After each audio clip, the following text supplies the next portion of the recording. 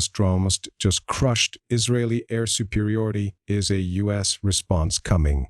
Hello everyone. Welcome back to my channel, your source of intelligence, unfiltered military updates, and breaking geopolitics. Today's episode is titled, Kamikaze Swarm Cripples Israeli Air Force, Forces U.S. to Intervene. A major power shift is unfolding in the skies over Gaza. In a shocking development, Hamas has just crippled Israel's air superiority using advanced kamikaze drones and precision-guided swarms.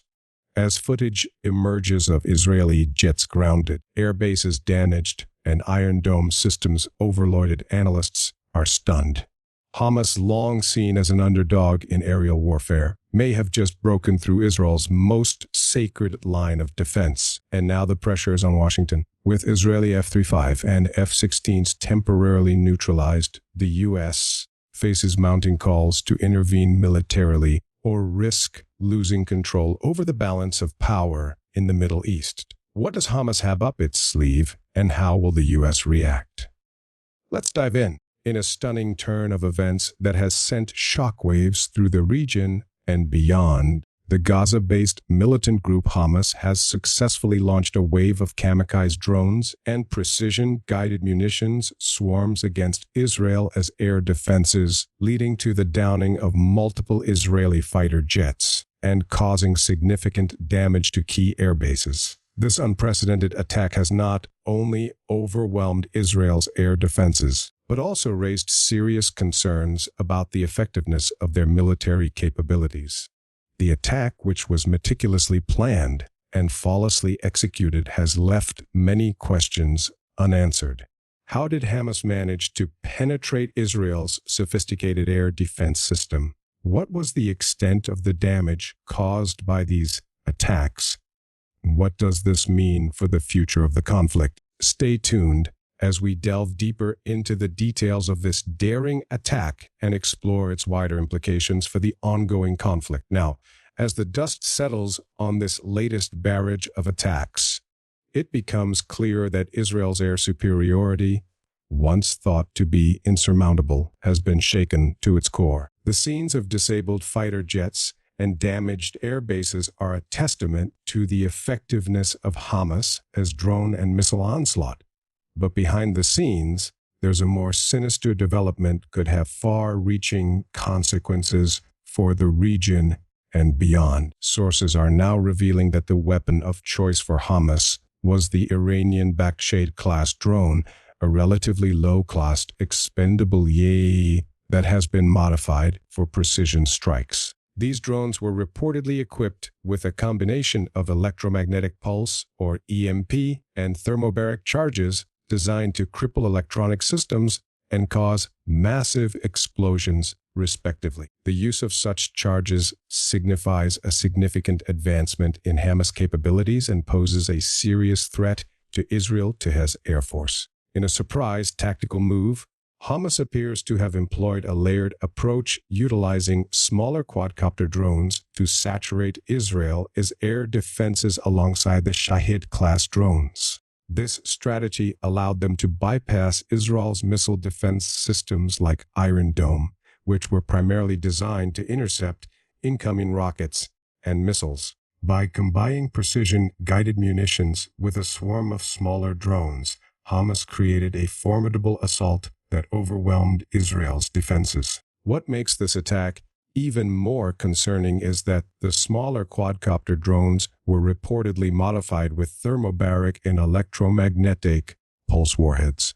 These types of weapons are specifically designed to target electronic systems and infrastructure, causing widespread damage and disruption. The use of thermobaric weapons, which utilize the energy released by rapidly expanding gases to cause devastating explosions, is particularly worrisome as they can penetrate deep underground, targeting bunkers and command centers that are typically protected from aerial attacks. On the other hand, electromagnetic pulse, or EMP, weapons emit a burst of electromagnetic energy that can disable electronic devices and communication systems over a wide area. The use of EMP weapons in conjunction with the thermobaric charges highlights Hamas's strategic intent to cause maximum damage to Israeli Air Force and electronic infrastructure. The timing of the attack was also a significant factor in its success. By launching the drones and missiles during periods when Israel's air defenses were likely to be less active, Hamas was able to catch them off guard, increasing the chances of penetrating their defenses. The scale and sophistication of Hamas's attack have shocked many observers who had previously underestimated the group's capabilities. The fact that they were able to successfully target Israel's air bases and down fighter jets with low-cost drones and missiles is a testament to their planning and execution. However, amid the chaos and destruction, a sense of unease and fear has begun to spread among Israel's allies and neighboring countries. The attack has raised concerns about the potential for the conflict to escalate and draw in other regional players. In particular, the United States has come under pressure to intervene militarily to support Israel. The situation has become increasingly tense, with calls for intervention growing louder and the potential for further violence looming large. As the international community grapples with how to respond to this crisis, the stakes could not be higher. The coming days may very well determine the fate of the region and have far-reaching implications for the world order. While the immediate focus remains on the unfolding events in the Middle East, the ramifications of this conflict extend far beyond the region. The attack on Israel's Air Force has sent shockwaves throughout the global security apparatus, with many countries re-evaluating their own defense strategies and capabilities. The vulnerability exposed by Hamas's drone onslaught has raised questions about the effectiveness of traditional air defense systems in the face of new and evolving threats. As the international community continues to reel from the implications of this attack, the spotlight shifts to the United States, the long-standing ally of Israel. The pressure is mounting for the U.S. to intervene militarily to support Israel in the face of this unprecedented challenge. Calls for intervention have been growing louder, with many arguing that the U.S. has a moral obligation to stand by its ally in times of need. However, the decision to intervene militarily is a complex and weighty one with far-reaching consequences.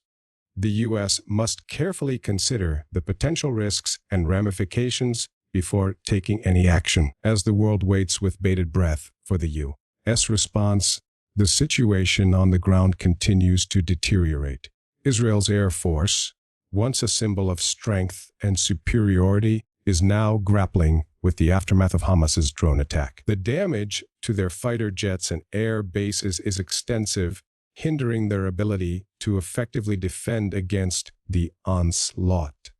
This setback has left Israel vulnerable, forcing them to rely heavily on their missile defense systems such as Iron Dome to intercept incoming attacks. But even Iron Dome is being pushed to its limits as Hamas continues to launch barrage after barrage of missiles and drones.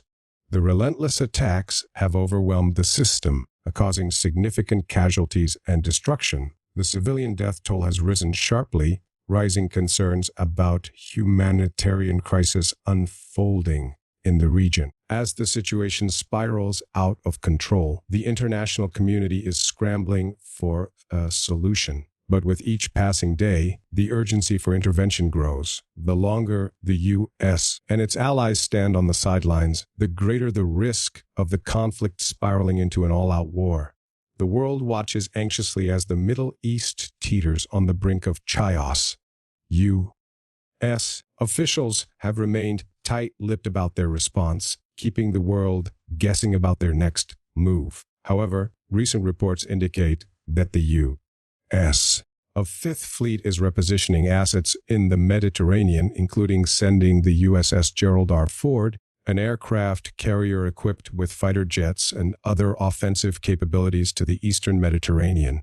This move signals the U.S. military's readiness to intervene if necessary. While the U.S. has yet to make public statement about its intentions, the deployment of the USS Gerald R. Ford speaks volumes about their growing concern over the situation. The aircraft carrier, along with its complement of fighter jets and other assets, represents a significant increase in military presence in the region. This development comes amid heightened tensions and growing calls for intervention, signaling the U.S. government's commitment to supporting its ally Israel in the face of this unprecedented challenge. As the international community grapples with how to respond to the unfolding crisis, the human cost of the conflict continues to mount. The attacks have resulted in a significant loss of life, both military and civilian, with thousands of people killed or injured. The healthcare system in the region is currently overwhelmed, struggling to cope with the influx of casualties. The situation has sparked outrage and condemnation from countries around the world, with many calling for an immediate ceasefire to allow for the safe evacuation of civilians. But amidst the chaos and destruction, a glimmer of hope emerges. Humanitarian organizations are working tirelessly to provide aid and assistance to those affected by the conflict. Medical teams are racing against time to save lives, while relief efforts are underway to provide food, water, and shelter to displaced individuals. All right, so what do you think about all this? Should the U.S. intervene or not? Comment below. And if you haven't already, then hit that subscribe button and turn on notifications so that you don't miss any of our future updates. We'll see you next time.